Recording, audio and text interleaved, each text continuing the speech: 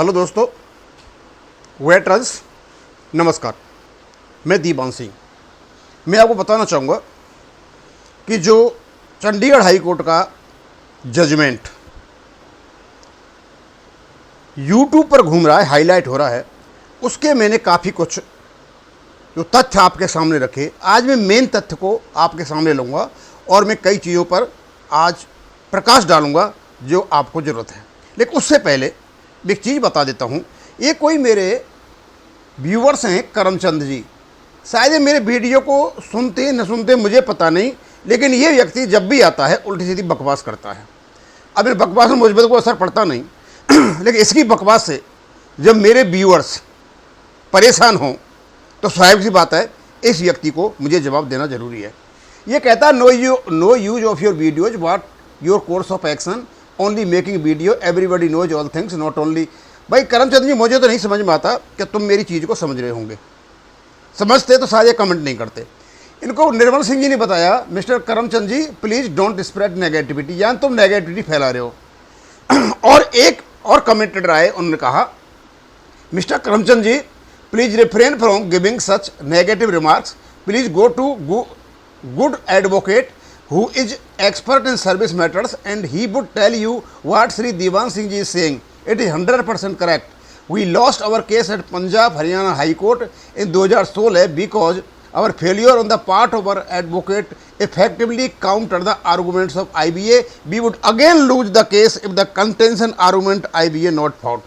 शायद करमचंद जी आपको अच्छा खासा जवाब इन लोगों से मिल गया होगा, लेकिन मैं आपको बता देता हूँ कि जब मैं जवाब दूंगा तो आप निश्चित समझ लेना कि आपकी जो पोजीशन है, एक ऐसी जो मदमाती जो गाय होती है वो जा करके बुल से या बिजार से टकराती है और उसके बाद जो कुछ होता है वो मैं आपका हल करूंगा। शायद आप सुन भी रहा हूँ, मुझे पता नहीं कि आप किसके समर्थक हो, शायद बेटर होगा आपके लिए आप मेरी बात को समझ जाओ। अब मैं आता हूँ चंडीगढ़ हाई कोर्ट के फैसले पर, और ये बात मैं बहुत दिन से कह रहा था कि आपका जो रेगुलेशन 1995 में है जो स्मॉल कमेटी ने बनाया, वो एग्रीमेंट जो 1993 में हुआ उसके अनुसार नहीं बना हुआ है, और एग्रीमेंट के अनुसार नहीं बना हुआ है तो आपका रेगुलेशन नल एंड वॉइड है।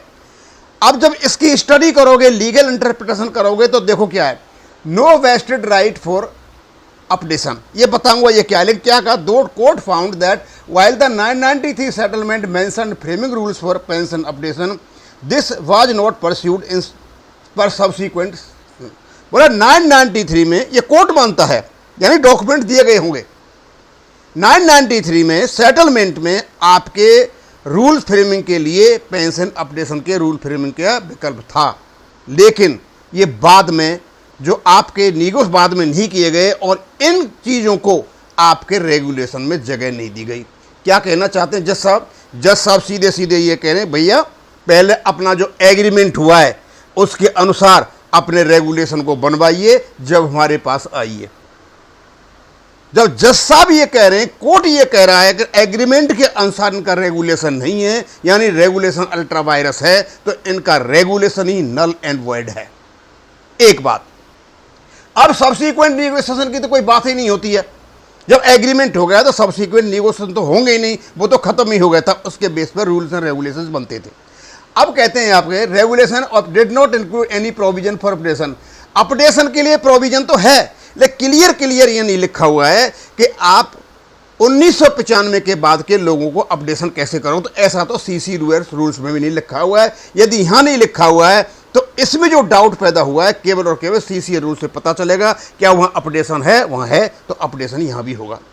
अब ये जो कुछ कहानी गई कढ़ी उन्होंने, ये जो वेस्टेड इंटरेस्ट वाली, उन्होंने कहा भैया तुम्हारा जो 993 का जो अपडेशन वाले रूल्स थे वो प्रॉपर तरीके से आपका रेगुलेशन नहीं बना हुआ है, वहाँ कोई अपडेशन नहीं है, इसलिए क्या नहीं होगा, therefore there was no vested right for the pensioner to claim, यानी जो पेंशनर को वेस्टेड राइट नहीं है, उनका कोई स्वामित्व नहीं है कि आप पेंशन अपडेशन कर लें, क्लेम करें रिजर्व बैंक ऑफ इंडिया और सेंट्रल बैंक एम्प्लॉइज की बेस पर।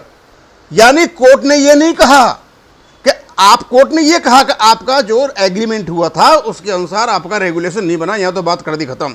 और दूसरा बोले जब बना ही नहीं है जब तुम्हारा रेगुलेशन बना ही नहीं है एग्रीमेंट के अनुसार, तो आप एट पार विद आरबीआई और आप सेंट्रल सिविल सर्विसेज के बराबर, सेंट्रल गवर्नमेंट के बराबर आप पेंशन अपडेशन क्लेम नहीं करते हो। ये तुम्हारा वेस्टेड राइट नहीं है। यानी आपको वेस्टेड राइट देगा कि आपका 1993 का जो समझौता है, उस समझौते के अनुसार आपका पेंशन रेगुलेशन बने, और जब रेगुलेशन बनेगा तो आपको ऑटोमेटिक वेस्टेड इंटरेस्ट मिलेगा, और आपको या तो आरबीआई या सेंट्रल गवर्नमेंट एम्प्लॉयज के बराबर आपकी पेंशन अपडेशन होने। बड़ा सीधा साधा तो दे रखा है।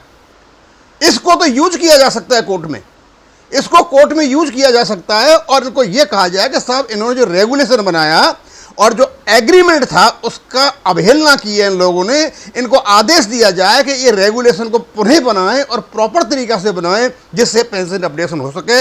ऐसा चंडीगढ़ हाई कोर्ट ने कहा है। अब मैं दूसरी बात पाता हूं, मैंने काफ़ी को डिटेल में बता दिया आपको। आज मैं रांची में सीबीपीआरओ के जो पदाधिकारी थे और उनके साथ दूसरे जो मेंबर्स थे, उन्होंने आज एक दिन की भूख हड़ताल की। वहाँ जो भी मीडिया वाले थे उनके बाइट्स ले रहे थे, बता रहे थे। उनके दो मुद्दे थे, पेंशन अपडेशन और स्पेशल अलाउंस। और तीसरा मुद्दा सबसे इम्पोर्टेंट जो मुझे लगा, उन्होंने हर एक ने ये कहा हमें कंसल्टेटिव मशीनरी में पार्टिसिपेशन चाहिए, क्योंकि हमारी जो वर्किंग यूनियंस हैं वो हम पर ध्यान नहीं दे रही हैं। यानी इनको ये नॉलेज हो गया, इनको अब जाके ज्ञान हुआ कि वर्किंग यूनियंस इनको ध्यान नहीं दे रही हैं। मैंने इतने वीडियो बनाए, इतनी चीज़ें बताई, मुझे लगता है कि दूसरे भी असर पड़ रहे हैं और शायद मेरा भी असर पड़ने लगा है कि आपका कोई भी यूएफबीयू ध्यान नहीं दे रहा है। 2015 में ये नो कॉन्ट्रैक्चुअल लायबिलिटी का दस्तखत करके बैठे हुए हैं, ये किस मुँह से आपका साथ देंगे। इसलिए बी बैंकर्स को भी आईबीए ने निकाल दिया। मैं तो सभी यूनियन से यह कहूँगा, सारे इकट्ठे होकर के कोशिश करें कि आपका कंसल्टेटिव मशीनरी में पार्टिसिपेशन हो। और कोई जरूरी नहीं है कि आईबीए के साथ हो, कोई जरूरी नहीं है। आईबीए कोई स्टेटरी और रजिस्टर्ड बॉडी नहीं है, लेकिन आपकी जो बैंक्स हैं जहाँ से आपको पेंशन मिलती है वो रजिस्टर्ड बॉडी हैं, स्टेटरी बॉडी हैं। कंसल्टेटिव उनके साथ भी होना चाहिए। यदि वो आईबीए को दे देते हैं काम करने के लिए तो बहुत ही अच्छा, नहीं देते हैं तो आईबीए से बात न करके सीधे बैंकों से बात करें जहां से आप पेंशन आती है और जहां से आपका अपडेशन होगा। क्योंकि हर बैंक का अलग अलग ट्रस्ट है, हर बैंक का अलग अलग पेंशन फंड है। एक बैंक दूसरे बैंक से संबंधित नहीं है, लिंक नहीं है। वो तो केवल एक प्रकार की पॉलिसी आती है आईबीए के माध्यम से। तो ऐसा लगता है जैसे मतलब सारा का सारे बैंक एक जैसे, हर बैंक का अलग अलग है। तो मैं अच्छा लगा मेरे को, उनके जो बाइट्स वगैरह थे, वो पार्टिसिपेशन चाहते हैं कंसल्टेटिव मशीनरी में। अब ये किस प्रकार होगा पता चलेगा। और उन्होंने यहाँ तक कहा है कि यदि हमारी मांगें नहीं मानी जाती है तो हम हंगर स्ट्राइक अनटू डेथ करेंगे। अब मैं आगे कुछ नहीं बताऊंगा, यहीं तक है। ठीक, थैंक यू, धन्यवाद।